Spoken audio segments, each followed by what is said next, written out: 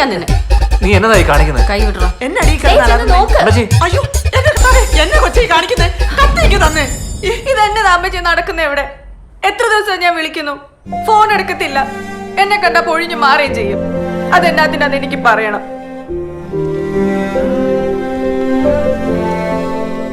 മോളെ നീ പോയി അവനൊരു ചായ എടുത്തു കൊടുക്കും. ശരി